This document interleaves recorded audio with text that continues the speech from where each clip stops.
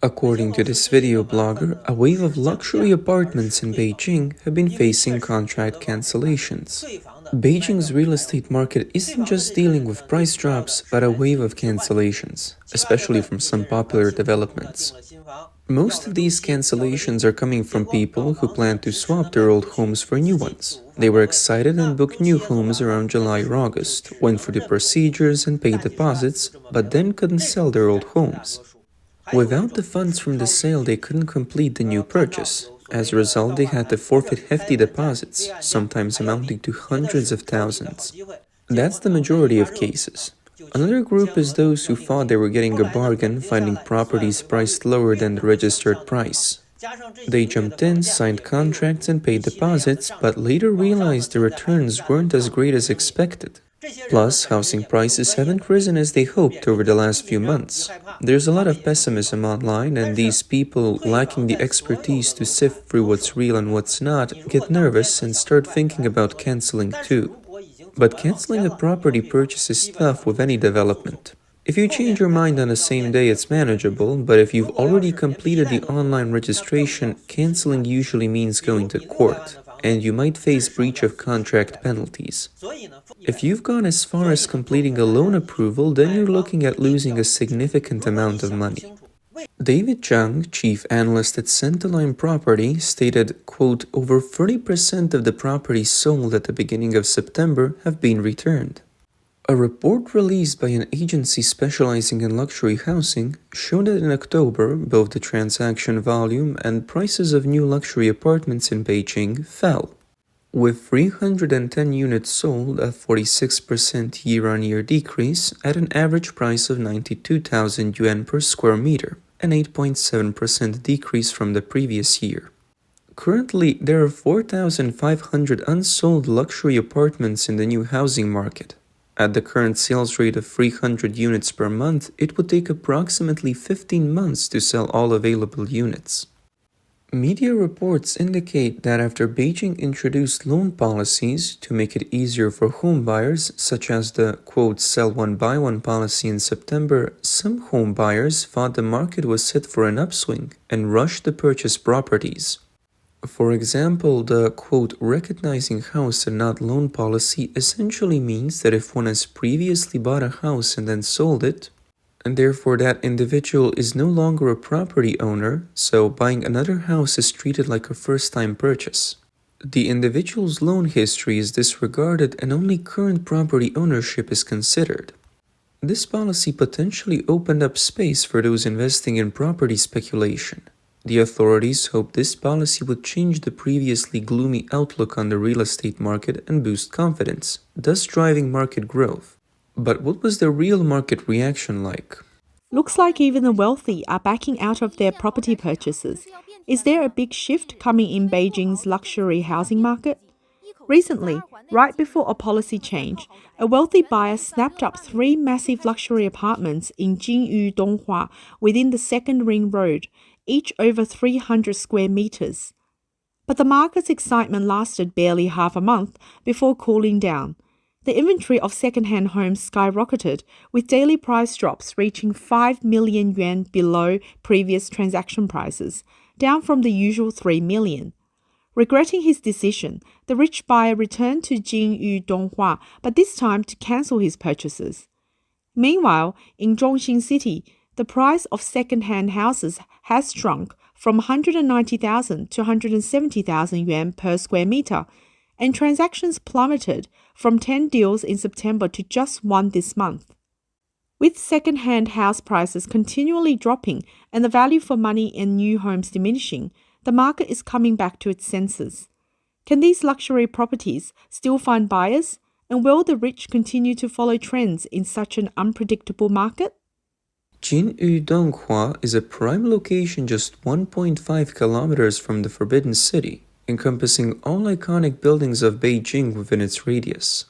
This area, with top-tier amenities like Wangfujing Shopping District, Xiehe Hospital, Shijia Primary School, and the National Art Museum of China, is particularly attractive to investors from outside the region. 3 apartments, bought by a wealthy individual, totaled around 170 million yuan, with a deposit of about 34 million yuan. Journalists from Caijing Yiren under the Beijing Finance Network found that properties selling well continued to do so, while those that were initially struggling still faced difficulties. They also noticed a decline in both second-hand and new housing transactions during this period.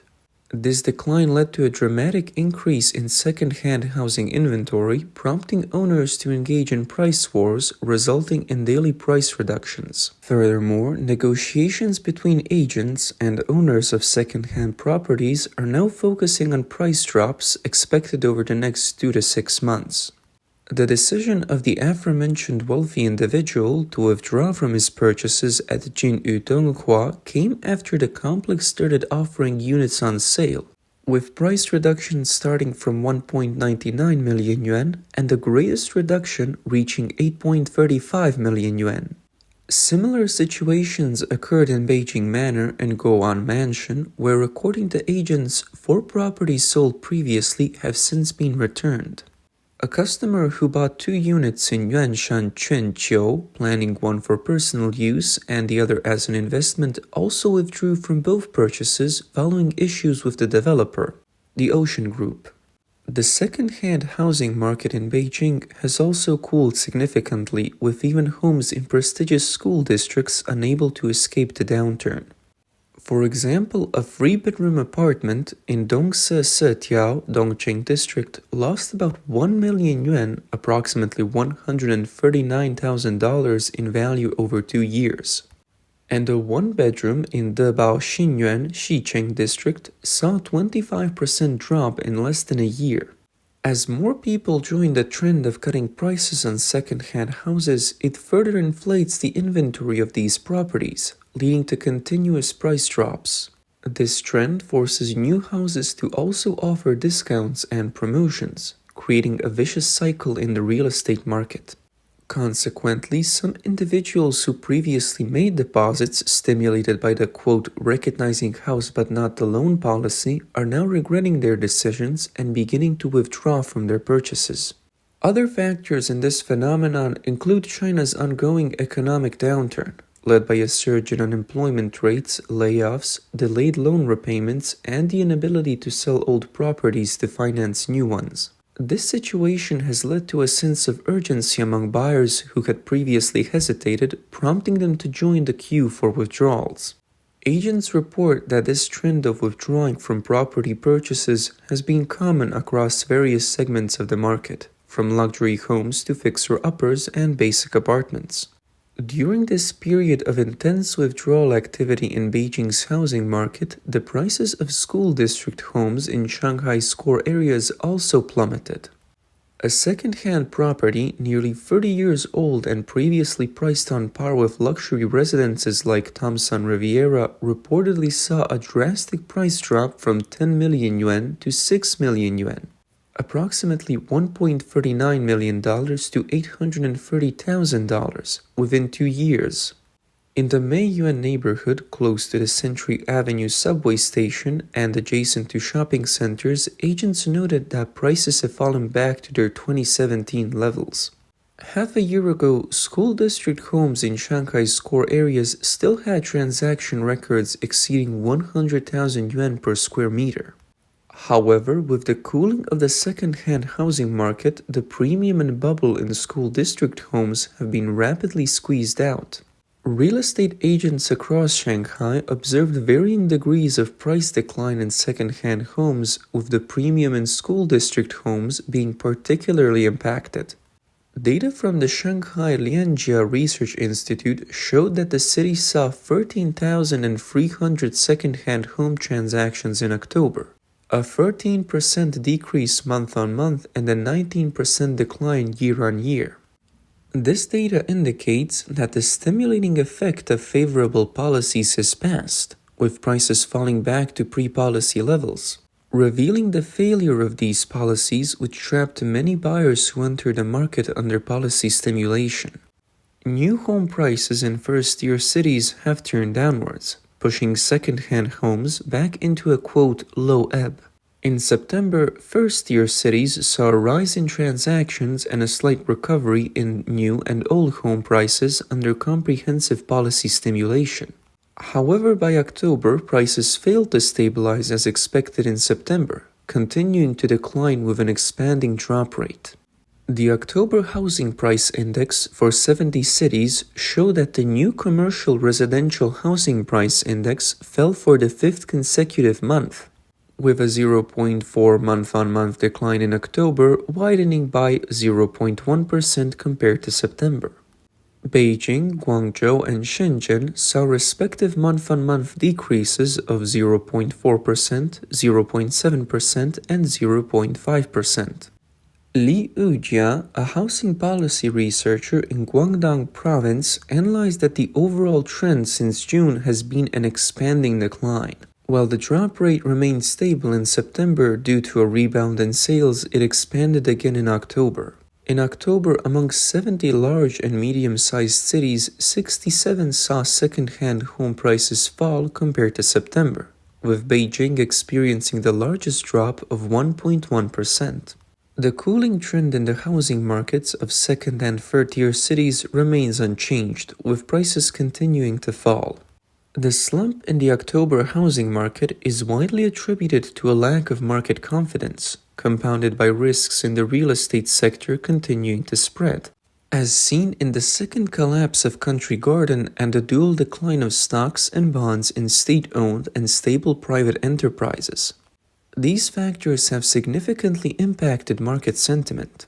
However, the recent issuance of China's document number 14 in September might be the tipping point for the country's real estate market.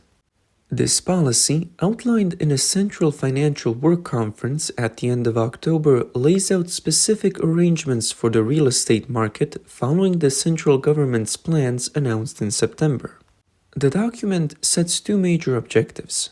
Firstly, to increase the construction and supply of affordable housing in 35 major cities, covering almost all major first- and second-tier cities on the mainland, aiming for these to comprise about 60% of the total housing market, and secondly, to adjust the market share of commercial housing to around 40%, currently as high as 80 to 90%, far exceeding Western countries. The revelation of, quote, document number 14 caused a stir in public opinion, seen by many as adding insult to injury.